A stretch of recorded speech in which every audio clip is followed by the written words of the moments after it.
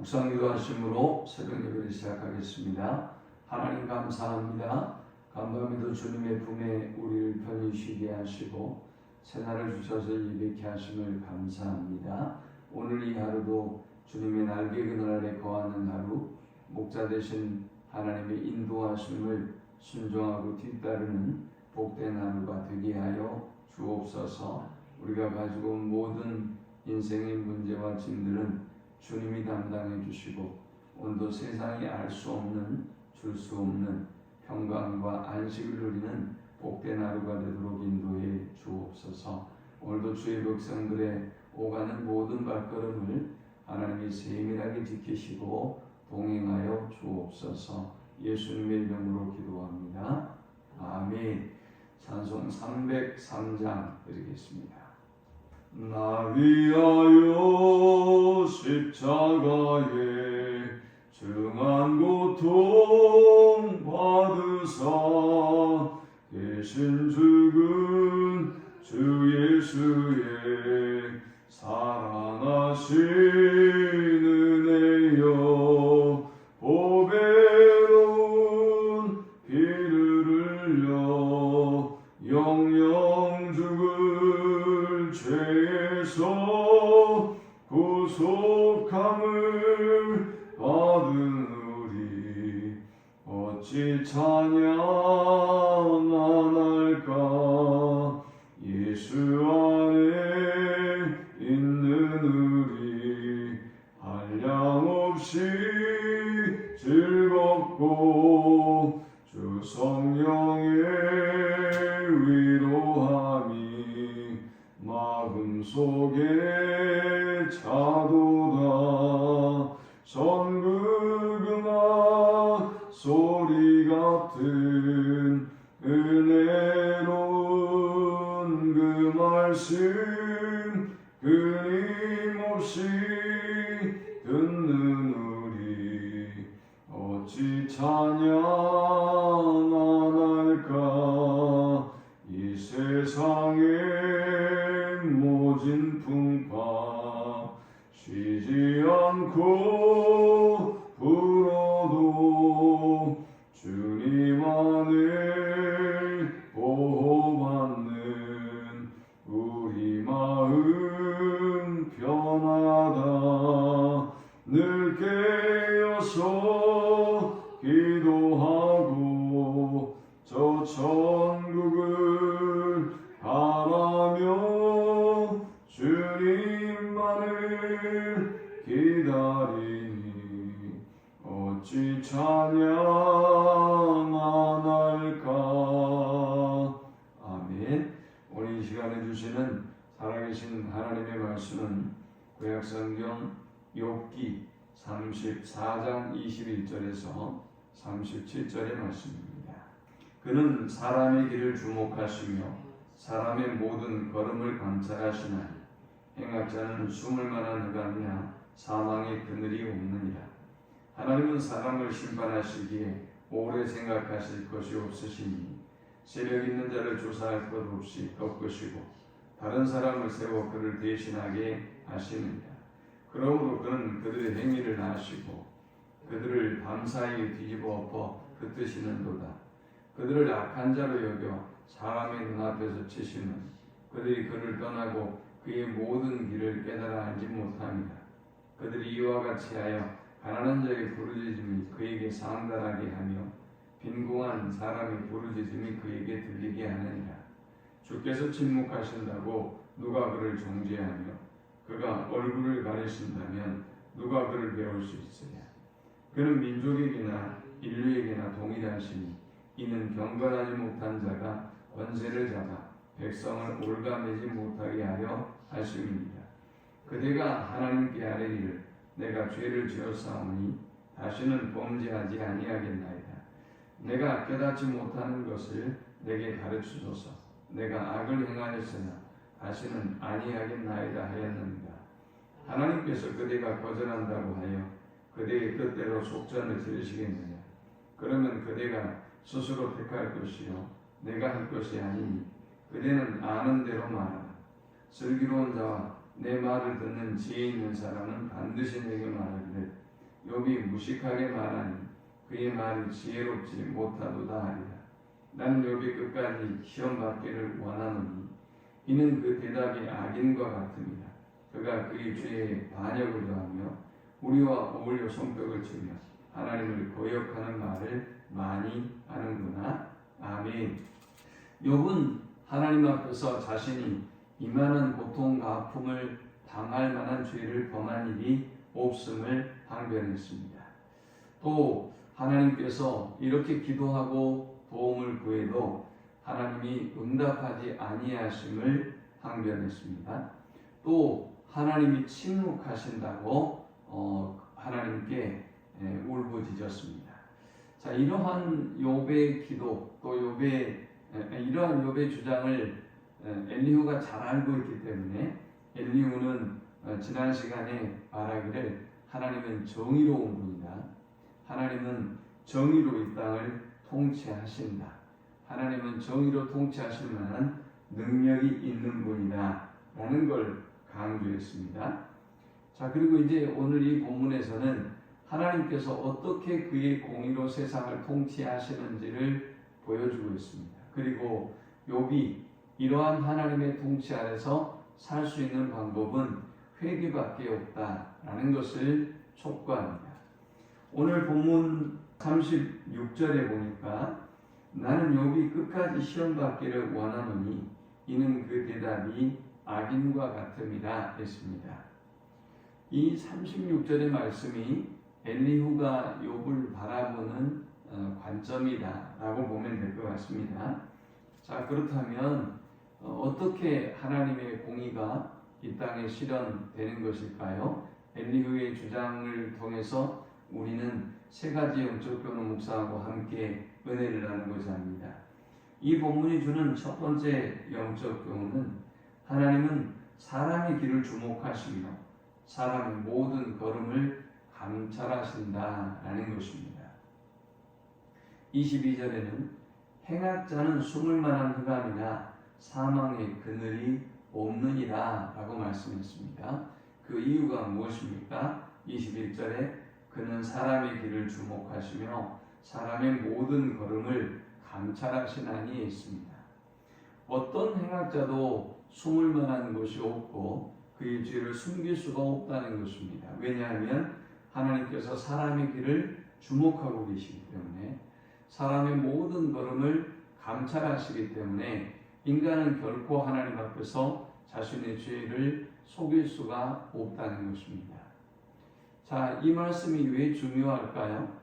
욥은 엘리후가 보건대 사람들에게는 어떻게 평가를 받을지 모르겠지만 하나님 앞에서 그는 하나님이 모든 걸 감찰하고 계시기 때문에 그의 죄를 속히 인정하고 회개하고 돌아올 것을 원했다는 것입니다. 이렇게 엘리후가 주장하는 데는 두 가지 이유가 있죠. 첫 번째는 욥이 지금 고통을 당하고 있는 것은 반드시 그가 죄가 있기 때문일 것이다. 그 죄에 대한 대가로 하나님이 징계를 내리시는 것이다 라는 전제가 있고요. 두 번째는 사실 욥에 대해서 엘리후는 잘 모르면서도 세 친구들과 욥의 이야기, 그 논쟁하는 모습을 보면서 그의 안에 잘못된 확신을 가지고 있었기 때문입니다. 자, 감찰하신다, 주목하신다 라는 이 말씀에서 우리는 두 가지를 생각해야 합니다. 먼저 하나님은 우리를 주목하시고 우리를 감찰하고 계시기 때문에 우리의 모든 필요, 우리의 모든 문제, 우리의 모든 아픔, 기도의 제목들을 다 알고 계신다는 것이죠. 그러므로 우리는 우리가 직면하고 있는 어떤 문제와 고통에 대해서도 결코 염려할 필요가 없다는 것입니다. 하나님이 주목하시고 하나님이 감찰하시기 때문에 하나님이 가장 좋은 때에 가장 좋은 방법으로 우리에게 역사해 주실 것이기 때문입니다.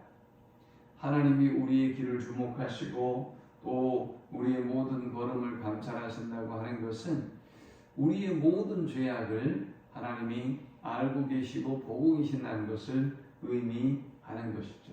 그러므로 우리는 하나님 앞에 우리의 죄를 인정하고 시인하고 있는 모습 그대로 하나님 앞에 가지고 나아가면 되는 것입니다. 두 번째 우리가 이 본문을 통해서 얻을 수 있는 영적 교훈은 하나님은 공의로 세상을 반드시 심판하신다라는 것입니다. 25절에 보니까 그러므로 그는 그들의 행위를 아시고 그들을 밤사이에 뒤집어 엎어 흩으시는도다 했습니다.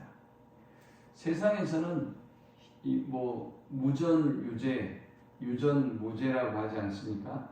돈이 있으면 힘이 있으면 무죄 받을 수 있고 무죄하고, 그러나 돈이 없으면 죄가 없는데도 유죄가 된다라고 말하지 않습니까? 그런데 엘리후의 주장에 의하면 하나님의 재판은 그러지 않는다는 것입니다.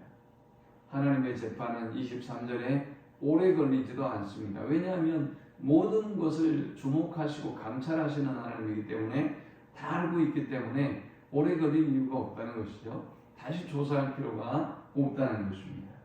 그리고 24절에는 보니까 세력 있는 자도 조사할 필요가 없다는 것입니다. 그냥 사람들이 보기에는 그를 어떻게 평가할지 모르겠지만 하나님은 그들의 모든 죄악을 아시기 때문에 하나님은 그냥 그들을 심판하시고 꺾어버리신다는 것입니다.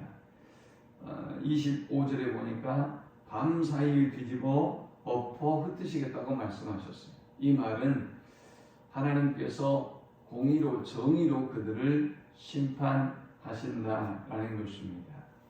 우리가 반드시 기억해야 될 사실은 이 땅에서 하나님이 지금은 하나님의 심판이, 하나님의 개입이 늦어지는 것 같고 하나님이 오히려 악인들을 잘되게 내버려 두는 것 같게 느껴질 때도 있지만, 그러나 반드시 하나님은 공의로 이 땅을 통치하시고 다스린다는 사실을 기억해야 합니다.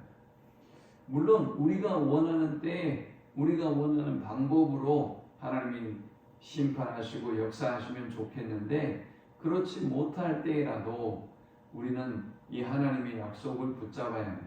하나님의 공의는 반드시 이루어진다.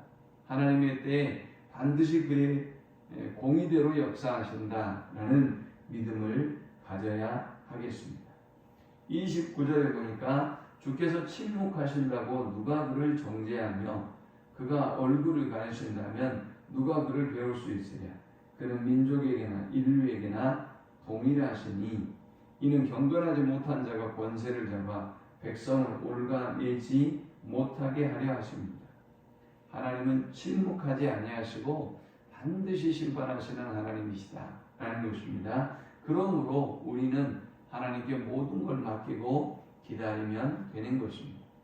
마지막 세 번째 우리가 이 본문을 통해 얻을 수 있는 영적 교훈은 인간은 죄를 인정하고 회개해야 구원을 얻을 수 있다는 것입니다.